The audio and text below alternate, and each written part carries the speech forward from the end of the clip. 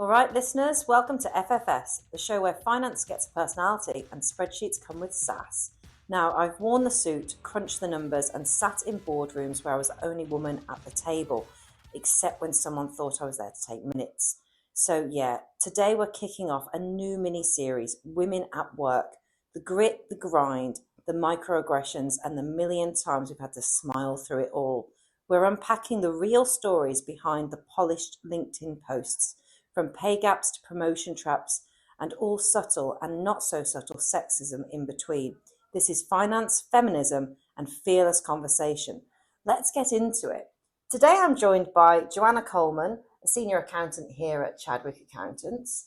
Thank you, Joanna, for coming on the podcast. Hi, no worries. Happy to share my story. Thank you very much. It didn't take too much bribery either to get her here. So tell me, what did you always know you wanted to be an accountant? Honestly, no. Now I'm here. Great stuff. So how did your career start? What did you do for your first job? So I started as an apprentice and did day release at college, and then made my way up to ACCA. So you started straight in the finance profession from the start? Yes. And as an apprentice, were you one of many, or was it just you? Just me. Just you. So Yeah. was it a small business? Yes. A small business. Female dominated, male dominated? I would say a bit of both. And you found that work was easy for you as a young person? So how did you find working as an apprentice? I assume you were quite young when you joined as an apprentice. Yeah, so I was 17 when I started as an apprentice. It was fairly okay. You felt supported by colleagues? Yes. Good place to work? Yeah. Yeah. Nice start to working life, really. Yeah, I would say it was. How long was the apprenticeship? It was for 3 years, and I gained my AAT qualification. Wonderful. Correct me if I'm wrong, you became quite a young mother, did you not? Yes, I was a mother at 17 as well. Oh, wow. I didn't know it was that young. That's impressive. So you had your daughter and then started the apprenticeship? Yes. Wow. I mean, amazing that the employer took on a young person with childcare responsibilities. Hats off to them. I think that's wonderful. I think all employers should. And how did you find working in such a grueling role, really? All the exams, all the learning, as well as balancing being a mother? It was okay. It was hard, obviously. Luckily, my daughter was young enough that I could put her to bed quite early. So get some studying done in the evenings. Yes. I don't know how it would have worked if she was 6 or 7, so... Yeah, that makes sense. Did you have a lot of support at home? I did with my family, yes. Yeah. That's so lucky to have a supportive family around you. Yeah. Once you get your qualifications, and then having to juggle childcare responsibilities with your working life.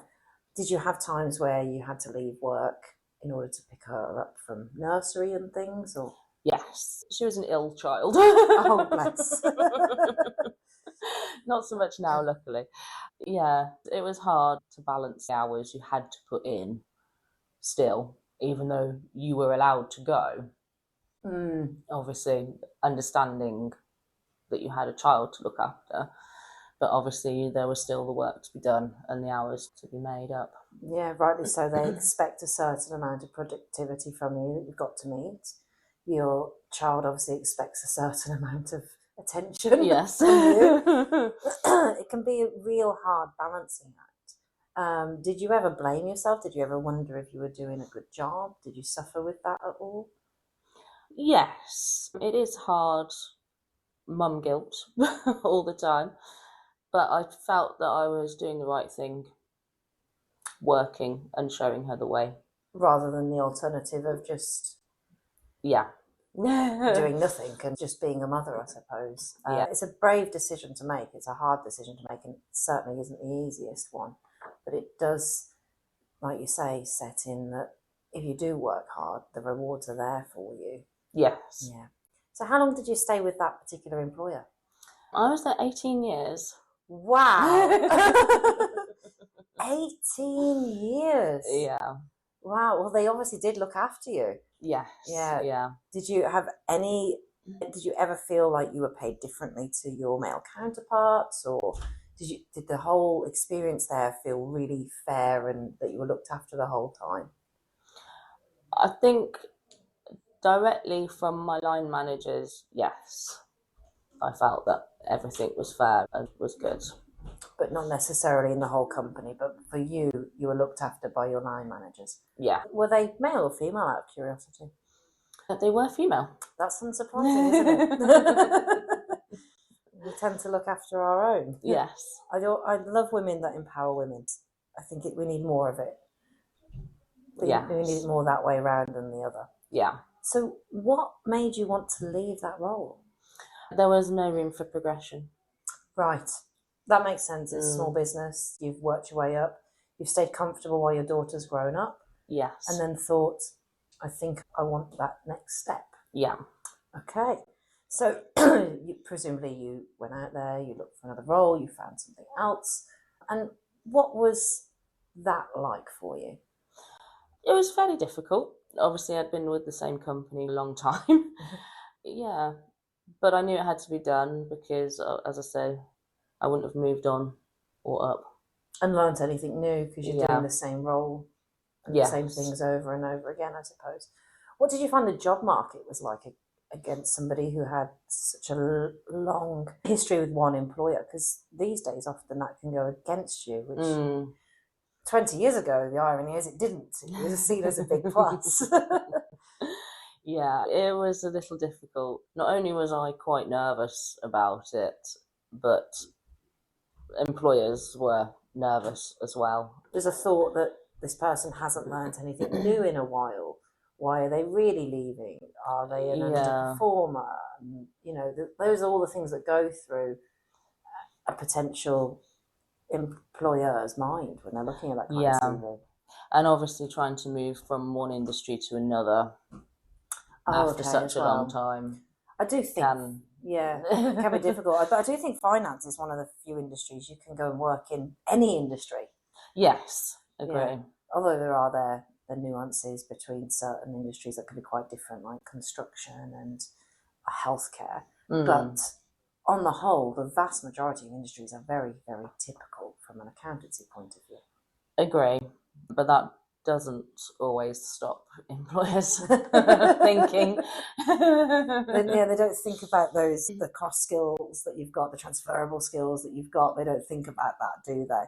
Particularly having an interview with someone that isn't necessarily a finance professional.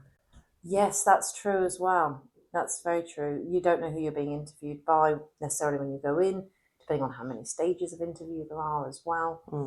And it's who's picking the CV at the end of the day. Yeah, I do find that is interesting. And it's why quite a few clients of ours ask us to sit in on interviews or to help screen CVs so that we can help pick what they want. Because we know from an accountant point of view what we want their, say, finance manager to be able to be capable of doing. And we can tell from the CV if they are capable or not, where I don't think someone necessarily who's running their own business knows that. Yes. No. That's a very interesting point. So you've made this huge cultural shift now into a completely different industry, a new business. So the new industry, was that male-dominated, female-dominated? Male-dominated. Male-dominated. Did you feel a shift in the culture immediately when you... Yes. Anything specific that felt different? Good question. Yes, it's what about the culture specifically was different? Obviously, you've been somewhere a long time. You've built up relationships with people. It can be simple things as not having to explain when you are going away from your desk to take a quick call. It can be all sorts of different things that build up the culture of a place that you work in. I just wondered what were the big standout items for you that were really different?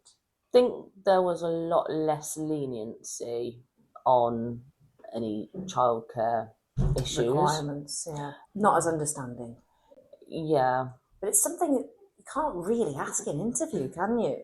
No. No, you can't really go, what happens if my kid is sick? I think you should really be able to ask the question, but I think everybody worries it goes against you in an interview if you say things like that. Yes, agreed. So did you have struggles with trying to meet childcare responsibilities in the new role? Not as badly because my daughter was quite a lot older. But yes, there were some times where I felt that maybe I shouldn't be leaving for certain reasons because of that. Oh, okay, that's interesting. I thought you were going to say, I felt like I wasn't there for my daughter when I should have been. But what you're actually saying is, I felt guilty about leaving work. Yeah. So the culture was that you shouldn't be abandoning the company, the team, Yeah. for your childcare responsibilities. Yes. That is an interesting culture shift. So working in finance, we often see the payroll. Yes. We can see what people are being paid. Did you notice any discrepancy in a male-dominated industry where, in general, men were being paid more than women, or they were being paid equally? Did you sense anything?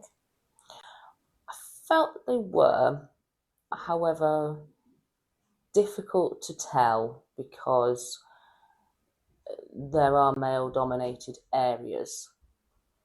Would you say the leadership team was more male then? Yes. So more of the senior roles were males? Yes. And more of your junior roles were females, which would naturally create a divide in wages? I would say junior roles, but... Not senior? Yeah. Middle management? Yeah. That's interesting.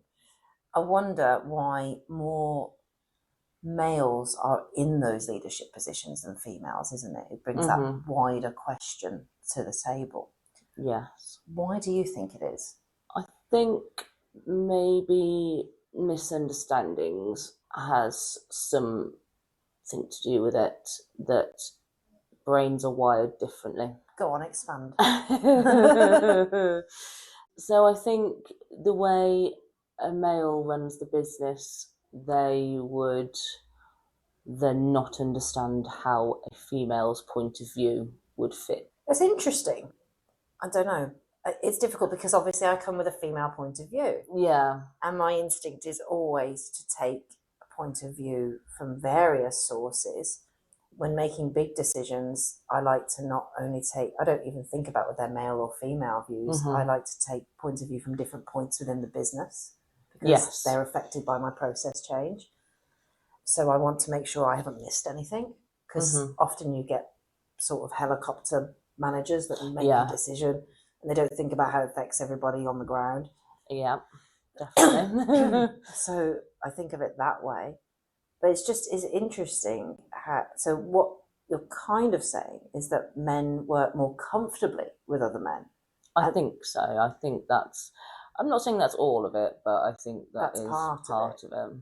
I've always thought for women, in general, we tend to be the child rearers, not always, and less so these days, but we tend to be the child rearers, and we tend to take breaks from our career in order to raise children.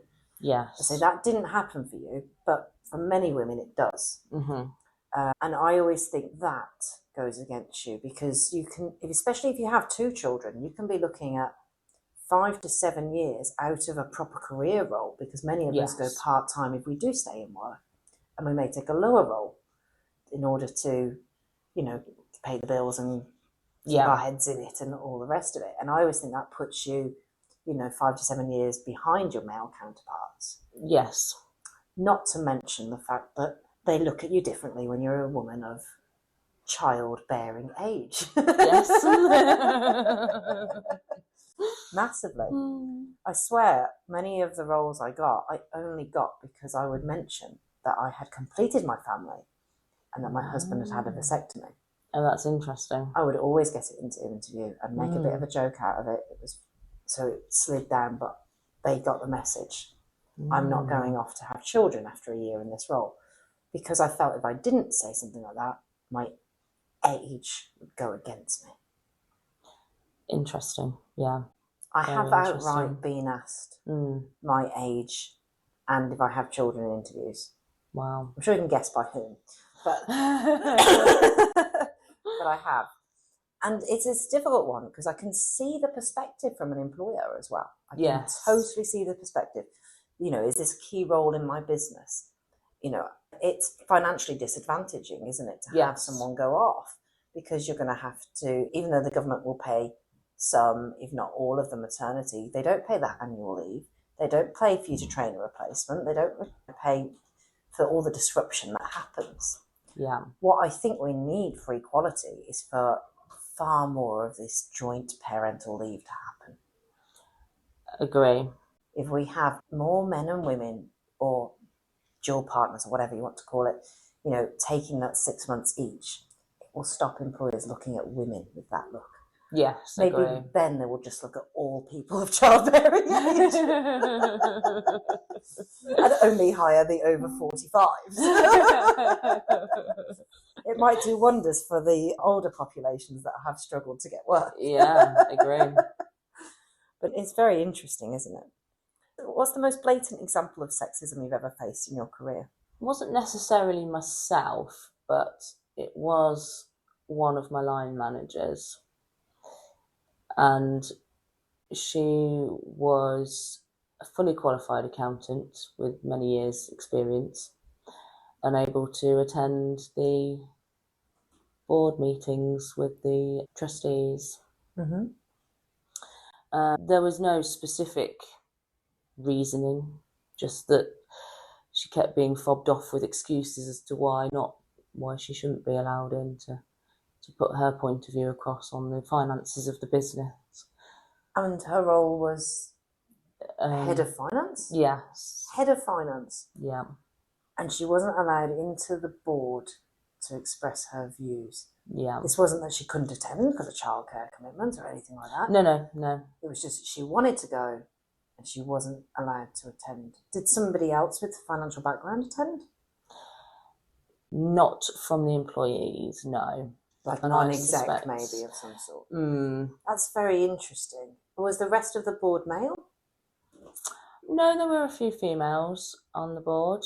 Maybe some of the males on the board were financial experienced, but they were not running the business day to day. It's really interesting. You've got to wonder, why weren't you allowed to go and put your viewpoint across? That's a natural position for a head of finance to sit in. Agree. Very, very odd indeed. So let's go back to your career move and your new role. So you moved because you wanted to learn new skills and you felt there wasn't enough progression at the previous employer. Yes. So in your new role, you stayed there a number of years, I understand. Did you move up the ladder there? I felt like I did, but not specifically. There was no specific job role to do that within. I felt I got more trusted as the time went along. Mm-hmm. Did you feel like you wanted to step up into more of a line manager role, or? Yes, I did want to progress, but unfortunately that wasn't the case. Did the line managers change while you were there, or were you stopped because no one moved on? The line managers did change a lot. My line manager specifically changed a lot. And were you able to apply for those roles? Wasn't, but I think because I didn't really have the experience. You didn't feel ready to? Yeah. Yeah. Right, we were barking down the wrong tree here. Yeah. So over that time, your line managers changed a fair bit. Were those roles advertised internally? No. They weren't. But did you feel if you wanted one of those roles, you could have put yourself forward? I didn't. You didn't want it, or you didn't feel you could put yourself forward? I didn't feel I could put myself forward because I didn't feel that I would have had the experience at the time. Right. It's interesting, isn't it? But then how are you going to get that experience in order to feel like you can step into that role? Mm-hmm. I almost find sometimes going into an interview for a job that you don't necessarily want now, but you know you want in the future, can be a really useful experience. Right. Because you can ask for the feedback and say specifically, what do I need to get that job next time it's available, and work on that, perhaps shadow that line manager. And a good employer will support you in order to get to where you want to be. Yeah. So you've got a lot of working experience. And I just wondered, have you ever been in a situation where perhaps you've seen a sexist comment be said, and whether you addressed it or whether afterwards you thought you should have addressed it? Yeah, I have. I have also felt afterwards that I should have potentially said something. But at the time, you kind of wonder, did I really hear that? Yes, did I hear that correctly? Yeah. Did they really say that? And then you think about it afterwards for ages, don't you? Yeah. And you wish you'd spoke up and said something. Yes. Yeah. If we don't challenge it, it will just continue to happen. This is it. That is exactly it. So if you could give one piece of advice to a young woman of childbearing age going to work in finance in a male-dominated sector, what advice would you give them? Good question. I would say have confidence in yourself. I know it's easier said than done, but you more than likely are qualified and able to do the job, and go get it. Go get it. Go get it. Go get it for all of us. Exactly that. Well, thank you, Joanna. It's been an absolute pleasure having you on the podcast today. And it's been nice getting to know a little bit more about you personally as well. So thank you for sharing. I know you didn't find it easy. It was much appreciated. And I promise not to put you through this for at least a couple more months.